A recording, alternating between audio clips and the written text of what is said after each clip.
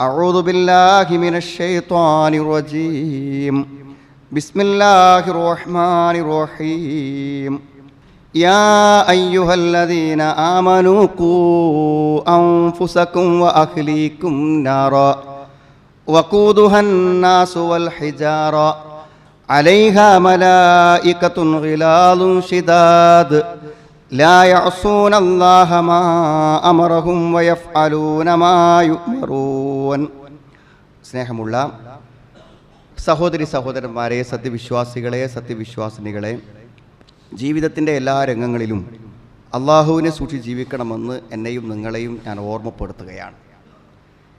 വിശുദ്ധ ഖുർആനിലെ സൂറത്തു തഹ്രീമിലെ 6-ാമത്തെ വചനമാണ് ഇവിടെ ആമുഖമായി ഓതി കേൾപ്പിക്കപ്പെട്ടിട്ടുള്ളത്.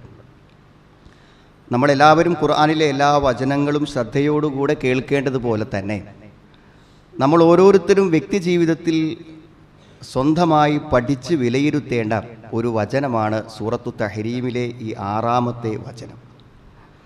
നമ്മുടെ എല്ലാവരുടെയും മക്കളുടെ കാര്യത്തിൽ നമുക്ക് വലിയൊരു ബാധ്യതയുണ്ട് എന്ന് ഓർമ്മപ്പെടുത്തുന്നതാണ് യഥാർത്ഥത്തിൽ ഈ വചനം. അള്ളാഹു അഭിസംബോധന ചെയ്യുന്നത് യാ അയ്യുഹല്ലദീന ആമനു എന്നാണ്. സത്യവിശ്വാസികളെ എന്നാണ് അള്ളാഹു ഇവിടെ വിളിക്കുന്നത്. സത്യവിശ്വാസികളെ എന്ന് വിളിക്കുമ്പോൾ ഒരു വിശ്വാസിയാണ് നമ്മളെങ്കിൽ നമ്മളെല്ലാവരും നമ്മുടെ ജീവിതത്തിൽ നിർബന്ധമായും അനുവർത്തിക്കേണ്ട കാര്യമാണ് താഴെ പറയുന്നത് എന്നാണ് അതിൻ്റെ താല്പര്യം. അതായത് വിശ്വാസം യാമൻ മന്നല്ലാഹു അലൈഹിം ബിൽ ഈമാൻ ഖൂമൂ ബിലവാസിമിഹി വശുറൂത്തിഹി. അള്ളാഹു വിശ്വാസം കൊണ്ട് അനുഗ്രഹിക്കപ്പെട്ടവരെ, നിങ്ങൾ അതുകൊണ്ട് നിർബന്ധമായും നിങ്ങൾ പാലിക്കേണ്ട കാര്യങ്ങളും അതിൻ്റെ നിബന്ധനകളായി പറയുന്ന കാര്യങ്ങളുമെല്ലാം നിങ്ങൾ പാലിച്ചിരിക്കണം എന്നാണ് ഓർമ്മപ്പെടുത്തുന്നത്. നമ്മളെല്ലാവരും നമ്മുടെ കുടുംബത്തിൻ്റെയും നമ്മുടെ വ്യക്തി ജീവിതത്തിൻ്റെയും മക്കളുടെയും കാര്യത്തിൽ നമുക്കൊരു പ്രത്യേകമായ ശ്രദ്ധയും ഉത്തരവാദിത്വവും ഉണ്ട് എന്നാണ് യഥാർത്ഥത്തിൽ ഈ ഒരു അധ്യായത്തിലൂടെ അല്ലെങ്കിൽ ഈ ഒരു വചനത്തിലൂടെ അള്ളാഹു ഓർമ്മപ്പെടുത്തുന്നത്. കൂ അംഫുസക്കും, ആദ്യം പറഞ്ഞു കൂ, നിങ്ങൾ സൂക്ഷിക്കണം, നിങ്ങൾ കാത്തുരക്ഷിക്കണം, അംഫുസക്കും നിങ്ങളെ എന്നാണ്. അപ്പോൾ നിങ്ങൾ കാത്തുരക്ഷിക്കണം എന്ന് പറയുമ്പോൾ അതുകൊണ്ടുള്ള ഏറ്റവും പ്രധാനപ്പെട്ട ഒരു താല്പര്യം നമുക്കതിന് പറ്റുമെന്നാണ്. നമ്മൾ പരിശ്രമിച്ചാൽ നമുക്ക് നമ്മുടെ ശരീരങ്ങളെയും നമ്മുടെ മക്കളെയും നരകത്തിൽ നിന്ന് കാത്തുരക്ഷിക്കാനാകും എന്നാണ് യഥാർത്ഥത്തിൽ ആ പ്രയോഗത്തിൽ നിന്ന് വ്യക്തമാകുന്നത്. അതുകൊണ്ട് നരകത്തിൻ്റെ ഭയാനകതയെ സൂചിപ്പിച്ചുകൊണ്ടാണ് അള്ളാഹു ഈ കാര്യം നമ്മളെ ഓർമ്മപ്പെടുത്തുന്നതും. അംഫുസക്കും, നിങ്ങൾ നിങ്ങളെയും വാഹിലീക്കും നിങ്ങളുടെ കുടുംബങ്ങളെയും നരകത്തിൽ നിങ്ങൾ രക്ഷപ്പെടുത്തണം. വഖൂദുഹന്നാസു വൽ ഹിജാറ, മനുഷ്യരെയും കല്ലുകളെയും കത്തിക്കപ്പെടുന്നതാണ് ആ നരകം. വഖൂദുഹന്നാസു വൽ ഹിജാറ, ധാരാളം ആയത്തുകളിൽ അള്ളാഹു ആവർത്തിച്ച് പറഞ്ഞൊരു കാര്യമാണ്. ല അംല അന്ന ജഹന്നമ മിനൽ ജിന്നത്തി വന്നാസി അജ്മഈൻ, നരകം കത്താനുള്ള ഇന്ധനം അത് മനുഷ്യരാണ്, ജിന്നുകളാണ്.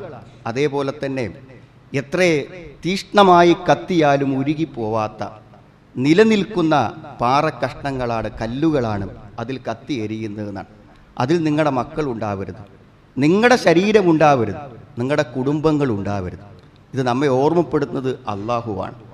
നമുക്കറിയാം, ജീവിതത്തിൻ്റെ എല്ലാ മേഖലകളിലും നമ്മുടെ മക്കൾ ഉയർന്നവരാവാൻ നമ്മൾ പരിശ്രമിക്കാറുണ്ട്. എൻട്രൻസ് കോച്ചിങ് നടക്കുന്ന കേന്ദ്രങ്ങളിൽ മക്കളെ വിടുന്നതും കാത്തു നിൽക്കുന്ന മാതാപിതാക്കൾ വാഹനങ്ങളുമായി കാത്തു നിൽക്കുന്നവരെ നമ്മൾ കാണാറുണ്ട്. ജീവിതത്തിൽ ഒട്ടനവധി ഭൗതികമായ പുരോഗതികൾക്ക് നമ്മുടെ കുട്ടികൾക്ക് അവസരമൊരുക്കാൻ അതൊരു കടമയായി കണ്ട് അവിടെ നമ്മളെ പ്രേരിപ്പിക്കുന്ന എന്താണ്? എനിക്കു ശേഷം എൻ്റെ മക്കൾ അഭിമാനവും സന്തോഷവും പ്രതാപവുമുള്ള സ്ഥാനങ്ങളിൽ ഉണ്ടായിരിക്കണം ഭാവിയിൽ എന്നതിനു വേണ്ടിയാണ് നമ്മൾ ഭൗതിക കലാലയങ്ങളിൽ വലിയ പണം കൊടുത്ത് അവർക്ക് കാവൽ നിന്ന് അവർക്ക് സൗകര്യങ്ങൾ ഏർപ്പെടുത്തി കൊടുക്കുന്നത്. എന്നാൽ നമ്മുടെ പള്ളികളുടെ മദ്രസകളിലും കുട്ടികളെ മദ്രസ വിടുന്നത് കാത്തു നിൽക്കുന്ന രക്ഷിതാക്കളും അതേപോലെ തന്നെ വാഹനം ഏർപ്പെടുത്തുന്നവരുമെല്ലാം ഉണ്ട്. അത് വിസ്മരിച്ചുകൊണ്ടല്ല, പക്ഷെ നമ്മുടെ കുട്ടികൾക്ക് ലഭിക്കേണ്ടത് പ്രകാരം മതപരമായ ബോധവും വിജ്ഞാനവും ലഭിക്കാൻ നമ്മൾ പരിശ്രമിച്ചിട്ടുണ്ടോ എന്ന് ആത്മാർത്ഥമായൊരു ചോദ്യം നമ്മൾ ചോദിക്കണം. കാരണം നാളെ അവർ നരകത്തിൽ എത്തുന്നുവെങ്കിൽ അതിൽ നമുക്കൊരു ഉത്തരവാദിത്തമുണ്ടെന്നാണ് ഈ വാക്കിലൂടെ അള്ളാഹു നമ്മളെ ഓർമ്മപ്പെടുത്തുന്നതെന്നാണ്. ഇമാം നാസിർ സഅദി റഹ്മത്തുള്ളാഹി പറയുന്നുണ്ട്, ഇത്രമാത്രം നരകത്തിൻ്റെ ഭയാനകത വിശദീകരിച്ചുകൊണ്ട് അള്ളാഹു ഇത് പറയുമ്പോൾ അതിൽ നിന്ന് മനസ്സിലാക്കേണ്ടത് ഇത് നിങ്ങൾ നിസ്സാരമായി കാണരുതേ എന്നാണ്. കാരണം നരകം നിസ്സാരമല്ലാത്തത് കൊണ്ട് തന്നെ ഈ ബാധ്യതയെയും നിങ്ങൾ നിസ്സാരമായി കാണരുതേ എന്നാണ്. അതിൽ ഒന്നാമത് പറഞ്ഞു കൂ അംഫുസക്കും, നിങ്ങൾ നരകത്തിൽ നിന്ന് നിങ്ങളെ രക്ഷപ്പെടുത്തണം എന്നാണ്. ഏറ്റവും പ്രധാനം ആദ്യം നമുക്കാണല്ലോ മുൻഗണന. നമ്മുടെ മക്കളെയും അതേപോലെ തന്നെ കുടുംബത്തെയും മുഴുവൻ ഞാൻ പ്രായശ്ചിത്തമായി തരാമെന്ന് നരകത്തിൻ്റെ മുന്നിൽ വെച്ചുകൊണ്ട് നരകവാസികൾ പറയുന്നുണ്ട്. എൻ്റെ കുടുംബത്തെ, എൻ്റെ ഭാര്യയെ, എൻ്റെ മക്കളെ, വമം ഫിൽ അർളി ജമീഅൻ സുമ്മ യുൻജി, ഭൂമിയിലുള്ളവരെ മുഴുവൻ തരാം എന്നിട്ട് എന്നെ രക്ഷപ്പെടുത്തുമെന്ന് ചോദിക്കുന്നുണ്ട്. അപ്പം അതുകൊണ്ട് ആദ്യം രക്ഷപ്പെടേണ്ടത് നമ്മളാണ്. നമ്മൾ രക്ഷപ്പെടാൻ ആത്മാർത്ഥമായി ആഗ്രഹിക്കുകയും പരിശ്രമിക്കുകയും ചെയ്യുന്നുവെങ്കിൽ അത് നമ്മുടെ മക്കൾ കാണും. ആ മാതൃക നമ്മൾ മക്കൾ കാണും. അതുകൊണ്ടാണ് നിസ്കരിക്കാൻ പ്രായമാകാത്ത ചെറിയ കുട്ടി പോലും ബാങ്ക് കേട്ടാൽ വാപ്പാനോട് ചോദിക്കും, അല്ലെങ്കിൽ നിസ്കരിക്കാൻ പോണില്ലേ എന്ന് ചോദിക്കും. ആ കുട്ടി ചിലപ്പോൾ നിസ്കരിക്കാത്ത കുട്ടിയായിരിക്കും. പക്ഷെ സമയമായാൽ ബാങ്ക് കൊടുത്താൽ നിസ്കരിക്കാൻ പോകണമെന്ന ബോധം ആ കുട്ടി മദ്രസയിൽ നിന്ന് പഠിച്ചല്ലോ, മദ്രസയിൽ പോകാനായിട്ടില്ല. ജീവിതത്തിൻ്റെ മുഴുവൻ നന്മകളും അത് സ്വീകരിക്കുന്നിടത്ത് നമ്മുടെ മാതാപിതാക്കൾക്ക് വലിയ പങ്കുണ്ട്. നമ്മുടെ പ്രാർത്ഥനകൾ, ദിക്റുകൾ, നമ്മുടെ സ്വഭാവങ്ങൾ, പെരുമാറ്റങ്ങളെല്ലാം. അതുകൊണ്ടാണ് പലപ്പോഴും പറയുന്നത് ഇന്ന് വലിയൊരു വിഭാഗം പെൺകുട്ടികൾ വിവാഹം വേണ്ടെന്ന് പറയാൻ കാരണം എന്താണ്? പരാജയപ്പെടുത്തപ്പെട്ട അല്ലെങ്കിൽ പരാജയപ്പെട്ട ദാമ്പത്യങ്ങളിലാണ് അവർ ജീവിക്കുന്നത്. വാപ്പൻ്റെയും ഇമ്മൻ്റെയും തല്ല് കാണുന്ന ഏതെങ്കിലും ഒരു മകൾ ഒരു വിവാഹത്തെക്കുറിച്ച് ആഗ്രഹിക്കൂല. എല്ലാ നന്മയും നമ്മളിൽ നിന്ന് ലഭിക്കണം. അതുകൊണ്ട് നാം ആദ്യം പരിശ്രമിക്കുന്നു അംഫുസക്കും, നമ്മളെ നരകത്തിൽ രക്ഷപ്പെടുത്താൻ നമ്മൾ ഓരോരുത്തരും പരിശ്രമിക്കുമ്പോൾ സ്വാഭാവികമായും അത് നമ്മളെ സ്വാധീനിക്കും. എന്നാൽ അതുകൊണ്ട് മാത്രം പോരാ, വഅഹ്ലീക്കും, നിങ്ങളുടെ കുടുംബത്തെ. എന്താ കുടുംബത്തെ എന്ന് പ്രത്യേകം പറയാൻ കാരണം? വഅൻദിർ അശീറത്തക്കൽ അഖ്റബീൻ, നിന്റെ ഏറ്റവും അടുത്ത കുടുംബക്കാരോട് നീ താക്കീത് നൽകുക എന്ന് നബി സ്വല്ലല്ലാഹു അലൈഹി വസല്ലം പറഞ്ഞത്. നമുക്ക് ലോകത്ത് മറ്റാരോടെങ്കിലും ഒരു നന്മ പറയാൻ അവകാശമുണ്ടാവണമെങ്കിൽ നമ്മുടെ കുടുംബത്തിൽ അതിൻ്റെ ബാധ്യത നിർവഹിച്ചിരിക്കണം. നമ്മുടെ വീട്ടിലും നമ്മുടെ കുടുംബത്തിലും ആളുകളോട് ഉപദേശിക്കാതെ നാം മറ്റുള്ളവരോട് ഉപദേശിക്കുമ്പോൾ അത് കേവലം ഒരു ജോലി എന്ന നിലക്കുള്ള പ്രബോധന പ്രവർത്തനം മാത്രമാണ്.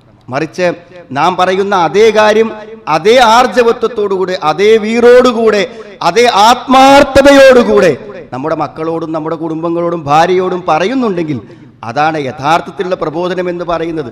കു അംഫുസക്കും വഅഹ്ലീക്കും നാറ വഖൂദുഹന്നാസു വൽ ഹിജാറ, മനുഷ്യരെയും കല്ലുകളെയും കത്തിക്കപ്പെടുന്നതാണ് ആ നരകം.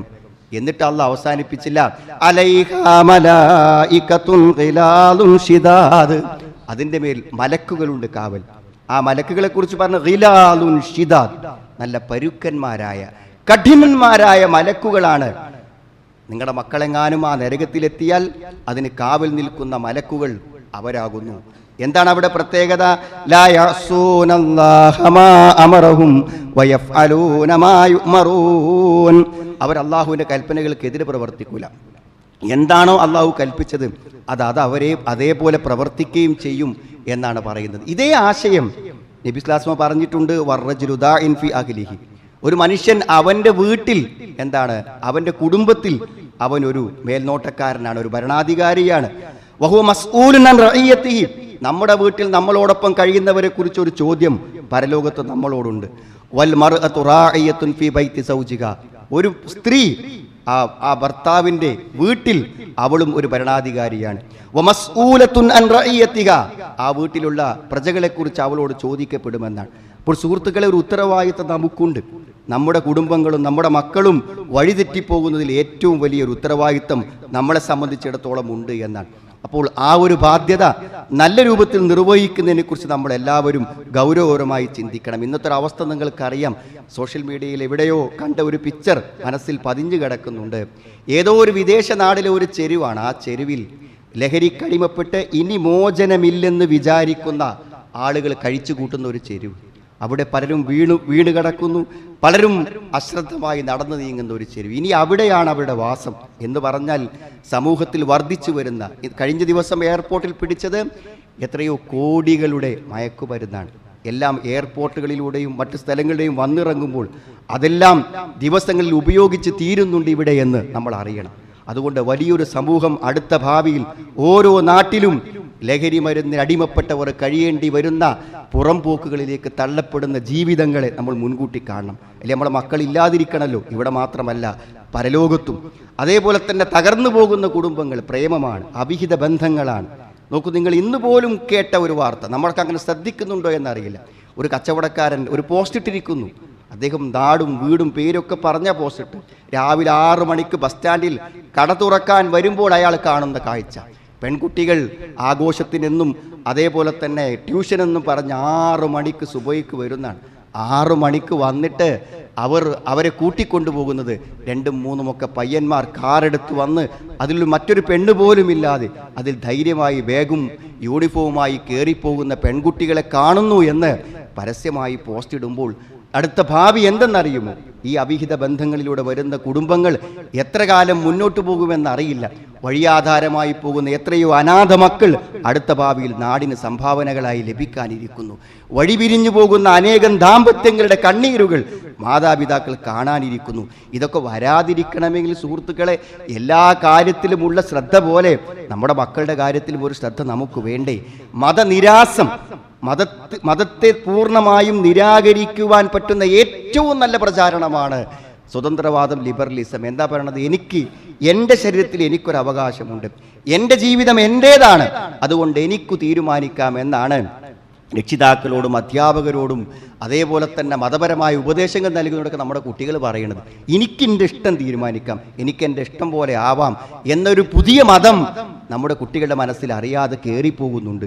സുഹൃത്തുക്കളെ, ഇതൊക്കെ സമൂഹത്തിൽ നമ്മൾ അറിയാതെ നമ്മുടെ കുട്ടികളെ സ്വാധീനിക്കപ്പെടുമ്പോൾ ഇതിനൊക്കെ എതിരെ എന്തെങ്കിലും ചെയ്യണം എന്ന ഒരു കൽപ്പന യഥാർത്ഥത്തിൽ ഈ വാക്കിലില്ലേ? കൂ അംഫുസക്കും വ അഹ്ലീക്കും നാറ, നിങ്ങളെയും ഈ കുടുംബത്തെയും രക്ഷപ്പെടുത്തണമെന്ന് പറയുന്നതിലില്ലേ? തീർച്ചയായും അത് നമ്മൾ ഗൗരവത്തോടെ കാണണം. നിങ്ങൾ ആലോചിച്ച് നോക്കൂ, നിങ്ങൾ ഒരു കുട്ടി ജനിക്കുമ്പോൾ 100% അവൻ എങ്ങനെയാണ് വരുന്നത്? ഫിത്രത്തോടു കൂടെയാണ്, ശുദ്ധ പ്രകൃതി. അതായത് ഇസ്ലാമിനെ 100% ഉൾക്കൊള്ളാൻ പറ്റുന്ന ചില പണ്ഡിതന്മാർ പറയുന്നത് അവൻ മുസ്ലിമാണ്. അതുകൊണ്ടാണ് ജനിച്ച വീഴുന്ന ഒരു കുട്ടി തീരുമാനിക്കപ്പെടും മുമ്പ് തന്നെ അവൻ്റെ ജനാസയൊക്കെ നിസ്കരിച്ച് ഇസ്ലാമികമായി സംസ്കരിക്കപ്പെടുന്നത് എന്തുകൊണ്ടാണ്? ജനിക്കുമ്പോൾ തന്നെ ഒരു കുട്ടി പൂർണ്ണമായി മുസ്ലിമായിട്ടാണ് വരുന്നതെന്നാണ്. അപ്പോൾ ഇസ്ലാമിക ആദർശങ്ങൾ അവനെ പഠിപ്പിക്കാൻ എന്താ പണി? ഒരു പണിയില്ല, ഈസിയാണ്. നോക്കൂ, നിങ്ങൾ 100% തെറ്റായ ബഹുദൈവത്വവും അതേപോലെ തന്നെ തീവ്രവാദവും ഒക്കെ എന്ത് ചെയ്യുന്നുണ്ട്? കൊണ്ടുപോയി കുട്ടികളെ പഠിപ്പിച്ചിട്ട് അവരെ മറ്റൊരു മതസ്ഥനാക്കി അല്ലെങ്കിൽ മറ്റൊരു ആശയക്കാരനാക്കി തികച്ചും പ്രകൃതി വിരുദ്ധമായ ആശയങ്ങളിൽ അവരെ നമുക്ക് ഊട്ടിയെടുക്കാൻ പറ്റുന്നുണ്ടെങ്കിൽ ശരിയായ ദീൻ പഠിപ്പിച്ചു കൊടുക്കാൻ എന്തെങ്കിലും പണി ഉണ്ടാവുമോ സുഹൃത്തുക്കൾ? ഒരു പണിയില്ല. പക്ഷെ ആരാണ് അങ്ങനെ? ഒരു കുട്ടിക്ക് 3 വയസ്സോ 4 വയസ്സൊക്കെ ആവുമ്പോൾ അവർ ശരിക്കൊന്ന് ഖുർആൻ നല്ല നിലയ്ക്ക് ഉച്ചരിക്കുവാനും വാക്കുകൾ നന്നായി പറയാനും അവന് ചില പ്രാർത്ഥനകൾ പഠിപ്പിക്കാനും അവന് ശരിയായ മാർഗനിർദ്ദേശങ്ങൾ കൊടുക്കാനും ഒക്കെ ബോധപൂർവം പരിശ്രമിക്കുന്നവർ, അതായത് ഈ നരകത്തെ കണ്ട് പരലോകത്തെ പേടിച്ച് നമ്മുടെ കുട്ടികൾക്ക് ഭാവിയിൽ ഈ കഷ്ടപ്പാട് വരരുതേ എന്ന് ബോധപൂർവം നമ്മുടെ കുട്ടികളുടെ ജീവിതത്തിൽ ഇടപെടാൻ നമ്മൾ ശ്രമിക്കാറുണ്ടോ എന്ന ചോദ്യം നമ്മളെല്ലാവരും നമ്മളോട് ആത്മാർത്ഥമായി ചോദിക്കേണ്ടതുണ്ട്. ചെറുപ്രായങ്ങളിൽ നമുക്ക് കുട്ടികളെ സ്വാധീനിക്കാൻ ഒരു ബുദ്ധിമുട്ടില്ല. കാരണം അവർ നമ്മളോട് ചോദിക്കുകയാണ്, അറിയാൻ വേണ്ടി അവർ നിരന്തരം ചോദിച്ചുകൊണ്ടിരിക്കുന്നു. പക്ഷെ നമുക്ക് പറയാൻ നേരമില്ല എന്നുള്ളൂ. ആ കുട്ടികളോട് നമുക്ക് ഏറ്റവും നന്നായി പറഞ്ഞു കൊടുക്കാൻ പറ്റുമെങ്കിൽ സുഹൃത്തുക്കൾ തീർച്ചയായും അവരെ സ്വാധീനിക്കാൻ നമുക്ക് പറ്റും. അല്പം മുതിർന്ന് വന്ന് സ്വാതന്ത്ര്യമൊക്കെ തോന്നുന്ന ഒരു കൗമാരപ്രായം എത്തുമ്പോൾ സത്യത്തിൽ ഇന്ന് നമ്മൾ കുട്ടികളെ ചെയ്യണത് അവർക്ക് സ്വതന്ത്രമായി എന്തിലേക്കാണോ താല്പര്യം ആ താല്പര്യത്തിലേക്ക് നമ്മൾ സൗകര്യം ചെയ്തു കൊടുക്കുകയാണ് വേണ്ടത്. അല്ല സഹോദരങ്ങളെ, നമ്മൾ അവർക്ക് ജോലി നിർണ്ണയിക്കണം. അവരെവിടെ പോകണം, എന്ത് ചെയ്യണം, അവരുടെ ജീവിതം എവിടെ ചെലവഴിക്കണമെന്നതിന് ബോധപൂർവമായ ജോലികൾ അവർക്ക് നമുക്ക് അസൈൻ ചെയ്ത് കൊടുക്കാൻ പറ്റണം. അതല്ല അവർ സ്വന്തം ഇന്ന് ഈ സമൂഹത്തിൽ സ്വയമേ അവരുടെ താല്പര്യങ്ങളെ കണ്ടെത്തിയാൽ അതാണായാലും പെണ്ണായാലും നമ്മൾ ഖേദിക്കേണ്ടി വരും. കാരണം അത്രയും അപകടകരമായ ആശയങ്ങളിലേക്കും അപകടകരമായ ജോലികളിലേക്കുമാണ് നമ്മുടെ കുട്ടികൾ ഇന്ന് എത്തിക്കൊണ്ടിരിക്കുന്നതെന്നാണ്. കഴിഞ്ഞ ദിവസം വളരെ പ്രഗത്ഭനായിട്ടുള്ളൊരു പണ്ഡിതൻ പറയുന്ന വാക്കുകൾ ഞാൻ കേൾക്കുകയുണ്ടായി. അദ്ദേഹം പറയുന്നത്, നിങ്ങളുടെ എല്ലാവരുടെയും കയ്യിലിരിക്കുന്ന ആ ഉപകരണമുണ്ടല്ലോ, ആ ഉപകരണം നിങ്ങൾ ചിന്തിക്കണം. തീർച്ചയായും നാളെ പരലോകത്ത് നിങ്ങളോട് ചോദിക്കും. നിങ്ങളതിൽ കണ്ട ചിത്രങ്ങൾ, നിങ്ങളതിൽ കേട്ട ശബ്ദങ്ങൾ, നിങ്ങളതിലൂടെ അയച്ച സന്ദേശങ്ങൾ, നിങ്ങളതിലൂടെ ഉത്തരം പറഞ്ഞ മറുപടികൾ, എല്ലാറ്റിനും മറുപടി പറയാതെ നാളെ പരലോകത്ത് മുന്നോട്ട് പോകാൻ പറ്റൂല എന്നാണ്. ജീവിതത്തിന്റെ മുക്കാൽ സമയവും മൊബൈലിൽ കഴിച്ചു കൂട്ടുന്ന നമ്മുടെ മക്കൾ ഒരു പക്ഷേ കുറഞ്ഞ ജീവിത കാലഘട്ടം കൊണ്ട്, ഒരു 5 കൊല്ലം കൊണ്ട് 50 കൊല്ലം കൊണ്ട് ഒരാൾക്ക് ചെയ്യാൻ പറ്റാത്ത തിന്മകളാണ് ഒരു 4-5 കൊല്ലം കൊണ്ട് ഈ മൊബൈൽ ഉപയോഗിച്ച് ചെയ്യുന്നത് എന്ന് നമ്മൾ അറിയാതെ പോകരുത് സുഹൃത്തുക്കളെ. അതുകൊണ്ട് ഇടപെടേണ്ടടുത്ത് നമ്മൾ ഇടപെടാൻ നമ്മൾ തയ്യാറാകണം. മറ്റൊരു കാര്യം നമ്മൾ ആലോചിച്ച് നോക്കൂ. നിങ്ങൾ ദീനിന്റെ കാര്യത്തിൽ നമ്മളെ വലിയൊരു പ്രതീക്ഷയാണ്. എന്താ അറിയും, ദീനിയായി ഓരോ കുട്ടിൻ്റെ പ്രായവും സമയവും അവൻ്റെ പ്രൊഫഷനൊക്കെ അറിഞ്ഞുകൊണ്ട് കൊടുക്കുന്ന മതപരമായിട്ടുള്ള ക്ലാസ്സുകളും ക്യാമ്പുകളും 3 ദിവസവും 4 ദിവസവും 5 ദിവസമൊക്കെ എല്ലാ പ്രായക്കാർക്കുമുണ്ട്. കൗമാര +2 പഠിക്കുന്ന കുട്ടികൾക്കുണ്ട്, പ്രൊഫഷണലായിട്ട് പഠിക്കുന്ന ആളുകൾക്കുണ്ട്, എല്ലാവർക്കുമുണ്ട്. സഹോദരങ്ങളെ, നാം ആലോചിക്കണം. ആലോചിച്ച് നോക്കൂ. നിങ്ങൾ ഒരു ഡിഗ്രി നിങ്ങളുടെ കുട്ടി കരസ്ഥമാക്കണമെങ്കിൽ ചുരുങ്ങിയത് 3 കൊല്ലം വേണം. ഒരു ഡിപ്ലോമ നേടണമെങ്കിൽ 6 മാസം വേണം, അല്ലെങ്കിൽ 1 വർഷം വേണം. എന്നാൽ ഒരു കുട്ടിയുടെ ജീവിതം മാറണം. ഏതാണ്? ലഹരിയിലും പ്രേമത്തിലും ഒക്കെ നിന്നിരുന്നൊരു കുട്ടിയുടെ ജീവിതം മാറും 3 ദിവസം കൊണ്ട്, അല്ലെങ്കിൽ 2 ദിവസം കൊണ്ട്.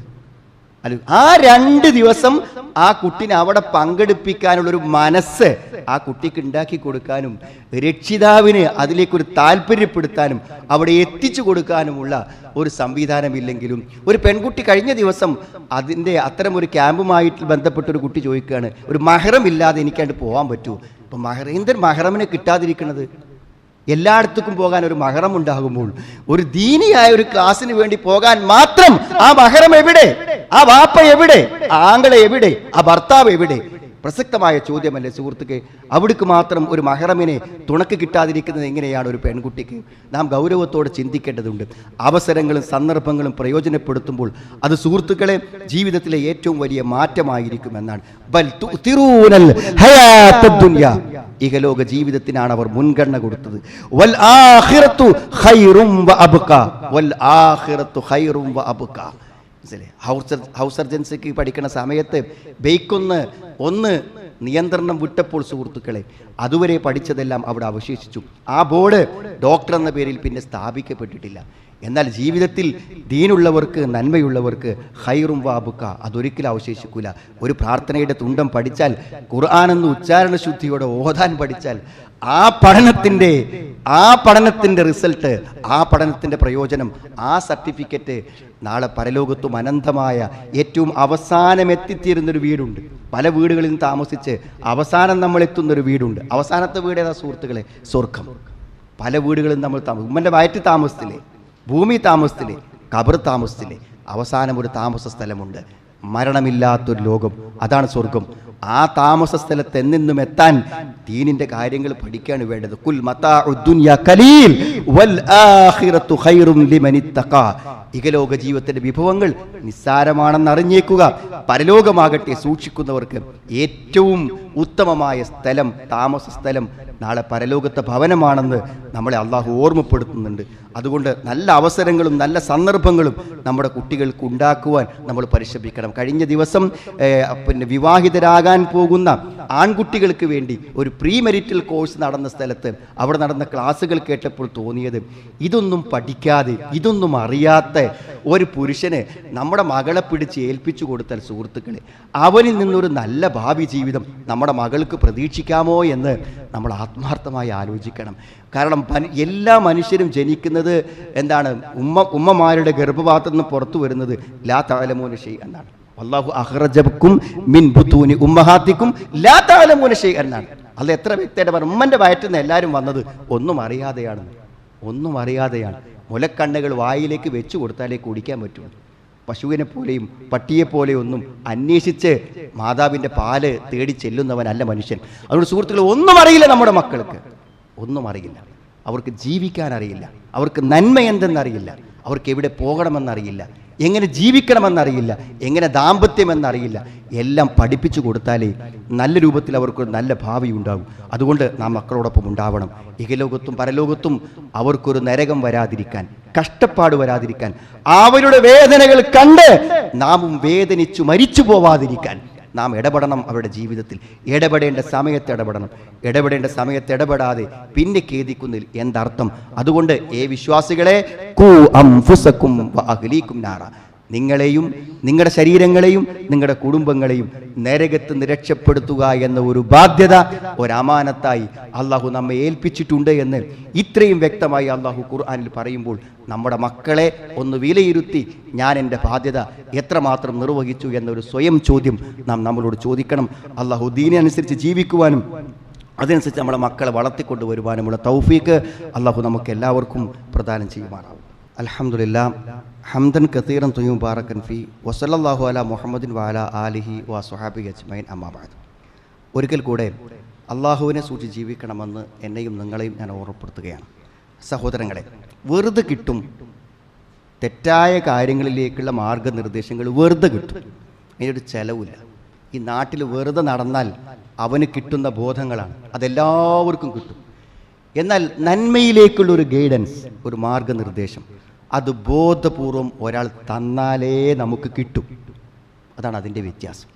പ്രവാചകന്മാർ കൊണ്ടുവന്ന നന്മകൾ അത് ബോധപൂർവം ഒരാളിലേക്ക് എത്തിച്ചാൽ മാത്രമേ അത് കിട്ടുള്ളൂ.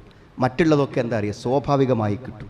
സുഹൃത്തുക്കളിൽ നിന്നും സഹപാഠികളിൽ നിന്നും നാട്ടിൽ നിന്നും മീഡിയകളിൽ നിന്നും ഫോണിൽ നിന്നും എല്ലാം എല്ലാ തോന്നിവാസങ്ങളും അറിയാതെ കിട്ടും. നല്ലത് കിട്ടാനും നല്ലതിലേക്ക് എത്താനും നാം പ്രത്യേകം പരിശ്രമിച്ചാൽ മാത്രമേ പറ്റൂ.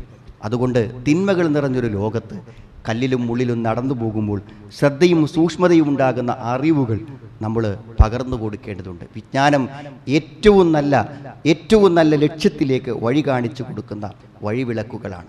ആ വെളിച്ചമില്ലാതെ ഒരാൾക്കും മുന്നോട്ട് നടന്നു പോകാൻ പറ്റില്ല.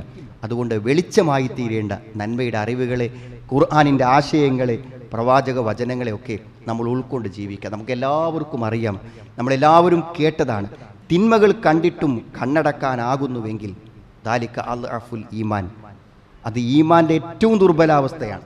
പണ്ഡിതന്മാർ വ്യാഖ്യാനിച്ചത് അതിൻ്റെ അർത്ഥം അവന് ഈമാനിൻ്റെ ഒരംശം പോലും അവൻ്റെ ഹൃദയത്തിൽ ഇല്ലെന്ന് പറയേണ്ടി വരുന്ന, നമ്മുടെ മക്കളുടെ തിന്മകൾ കാണുമ്പോൾ, നമ്മുടെ നാടിലെ തിന്മകൾ കാണുമ്പോൾ അതൊന്നും ഒരു പ്രശ്നമായി തോന്നുന്നില്ലെങ്കിൽ മൻ റഅ മിൻകും മുൻകറൻ ഫൽയുഗയ്യിറുഹു ബിയദിഹി, അതിനെ തടുക്കാൻ തൻ്റെ കൈ കൊണ്ടോ നാവ് കൊണ്ടോ ഹൃദയം കൊണ്ടോ പറ്റുന്നില്ലെങ്കിൽ ദാലിക അൽഅഫുൽ ഈമാൻ, അത് ഏറ്റവും വലിയ ദുർബലാവസ്ഥയാണ്. കാരണം നരകമുണ്ടെന്ന് അവന് ബോധ്യമുണ്ടെന്നതിന് എന്താ തെളിവ്? ഒരു വേദനയും തോന്നുന്നില്ല ഒരാൾ നരകത്തിലേക്ക് നടന്നു പോകുമ്പോൾ.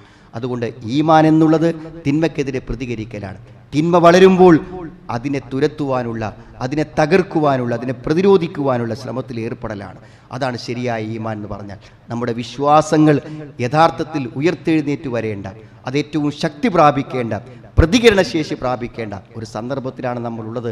സാഹചര്യങ്ങളെയും സന്ദർഭങ്ങളെയും ഉൾക്കൊണ്ടുകൊണ്ട് നന്മയുടെ വക്താക്കളാകാനും പ്രചാരകരാകാനും അള്ളാഹു നമുക്കെല്ലാവർക്കും തൗഫീക്ക് പ്രദാനം ചെയ്യുമാറാവട്ടെ. നമ്മളിന്ന് വന്നുപോയ തെറ്റുകളെ അള്ളാഹു ഞങ്ങൾക്ക് നീ പുറത്തു മാപ്പാക്കി തന്നെ റഹ്മാൻ. ധാരാളം ആളുകൾ ജീവിത പ്രതിസന്ധികളും പ്രയാസങ്ങളും രോഗങ്ങളും കൊണ്ട് നമ്മളോട് എല്ലാവരും പ്രാർത്ഥിക്കാൻ നിരന്തരം ആവശ്യപ്പെട്ടിരിക്കുന്നു. അള്ളാഹുവെ, അവിടെ രോഗങ്ങളെ, ബുദ്ധിമുട്ടുകളെ, വിഷമങ്ങളെ നീ നീക്കിക്കൊടുക്കണമേ റഹ്മാനെ. അള്ളാഹുവെ, ഞങ്ങളിന്ന് വന്നുപോയ തെറ്റുകളെ, കുറ്റങ്ങളെ ഞങ്ങൾക്ക് നിൻ്റെ അപാരമായ കാരുണ്യം കൊണ്ടും സ്നേഹം കൊണ്ടും ഞങ്ങൾക്ക് നീ പുറത്തു മാപ്പാക്കി തരണമേ നാഥ. നിൻ്റെ ദീനിൽ അടിയുറച്ചു നിൽക്കുവാനും അതിൻ്റെ പ്രചാരകരാകുവാനും അത് സ്വന്തം ജീവിതത്തിലും കുടുംബത്തിലും സ്വീകരിക്കുവാനുമുള്ള തൗഫീക്ക് ഞങ്ങൾക്ക് ഏവർക്കും നീ പ്രദാനം ചെയ്യണമേ റഹ്മാനെ. അവസാനത്തെ താമസമായ സ്വർഗത്തിലെത്തിച്ചേരുവാനുള്ള തൗഫീക്ക് ഞങ്ങളുടെ കർമ്മങ്ങളെ കൊണ്ട്, നിൻ്റെ പാപമോചനങ്ങളെ കൊണ്ട്, നിൻ്റെ തൃപ്തി കൊണ്ട് ഞങ്ങൾക്ക് എല്ലാവർക്കും നീ ഉണ്ടാക്കി തരണമേ റഹ്മാനെ. അല്ലാഹുമ്മ ഫിൽ മുഅ്മിനീന വൽ മുഅ്മിനാത്ത് റബ്ബന സ്രിഫ് അന്നാ അദാബ ജഹന്നം ഇന്ന അദാബഹാ കാന ഗറാമ ഇന്നഹാ സാഅത് മുസ്തഖറൻ വ മുഖാമ റബ്ബനാ ഹബ് ലനാ മിൻ അസ്വാജിനാ വ ദുർരിയാതിനാ ഖുർറത അഅ്യുൻ വജ്അൽനാ ലിൽ മുത്തഖീന ഇമാമ റബ്ബനാ തഖബ്ബൽ മിന്നാ ഇന്നക അൻതസ് സമീഉൽ അലീം വതുബ് അലൈനാ ഇന്നക അൻതത് തവ്വാബുർ റഹീം റബ്ബനാ ആതിനാ ഫിദ് ദുനിയാ حسنة وفي الآخرة حسنة وقنا عذاب النار والحمد لله رب العالمين.